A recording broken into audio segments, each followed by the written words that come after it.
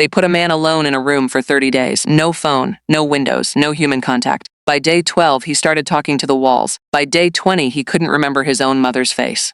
And by the time they opened that door on day 30, the man who walked out was not the same man who walked in.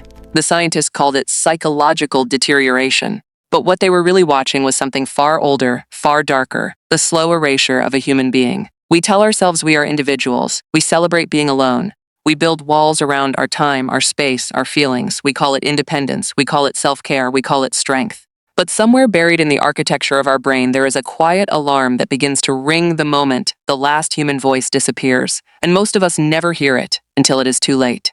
In 1951, a psychologist named John Zubek conducted a series of isolation experiments at the University of Manitoba. Volunteers were placed in rooms stripped of all sensory input. No sound, no light, no touch. Within hours, most of them began to hallucinate, not because they were broken, not because they were weak, but because the human brain was never designed to exist without connection. It was designed to reach outward, to locate itself through other people. Without that reflection, it begins to invent one. What happened in those rooms was not unique to a laboratory. It is happening right now, in apartments and bedrooms across the world, to millions of people who are technically surrounded by civilization, but feel absolutely, completely alone. Modern isolation does not look like a white room with padded walls. It looks like a phone screen at 2 a.m. It looks like scrolling through the lives of people you used to know. It looks like having 100 digital conversations and not one real one. It is the strange, invisible prison that the modern world built without ever meaning to. But what they discovered next changes everything. The researchers who studied isolation didn't just find that loneliness was painful. They found that it was structural. It physically altered the brain. Prolonged isolation shrinks the hippocampus, the region responsible for memory and emotional regulation. It elevates cortisol until the body begins to consume itself. It rewires the prefrontal cortex, distorting risk perception, making the isolated mind see threats where there are none, and miss safety even when it is standing right in front of them.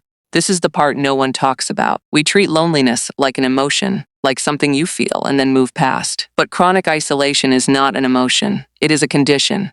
And left untreated, it does to the mind what starvation does to the body.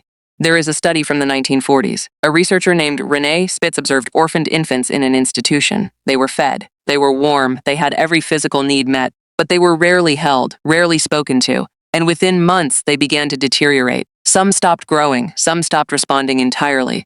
Some simply died, not from disease, not from hunger, but from a complete absence of human warmth. The doctors had no clinical explanation at the time. They called the condition hospitalism. What it really was proof of something ancient. The human body does not just want connection. It requires it, the same way it requires oxygen. Remove it, and the system begins to shut down. We are not as far from those infants as we think. Every generation for thousands of years lived embedded in community, tribes, villages, extended families under one roof. Life was difficult, often brutal, often short, but it was rarely lonely in the way we mean it now. People were known, recognized, named, they were witnessed.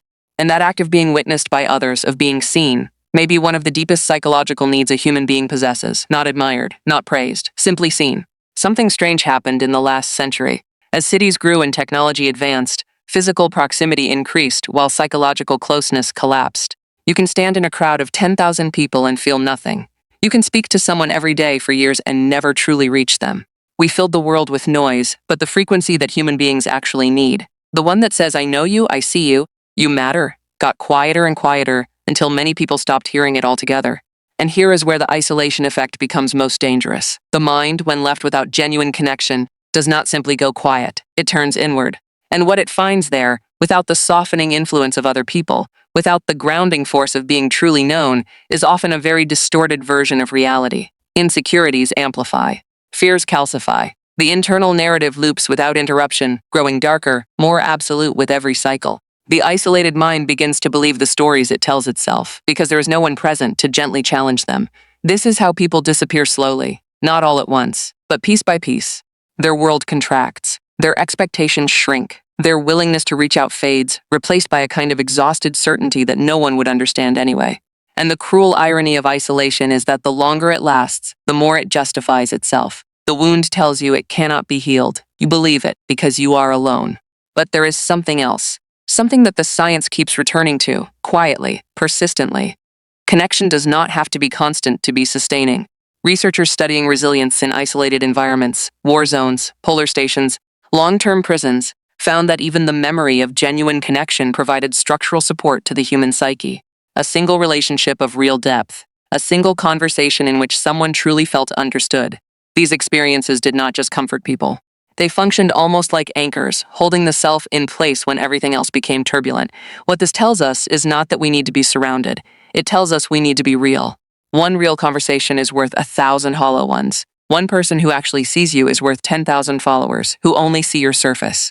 The isolation crisis of the modern world is not entirely about physical solitude. It is about the collapse of depth, the replacement of genuine human exchange with curated performance.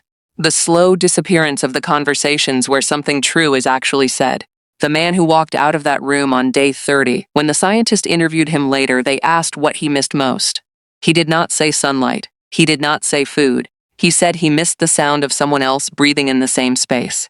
The unconscious reminder that another living, feeling human being existed nearby.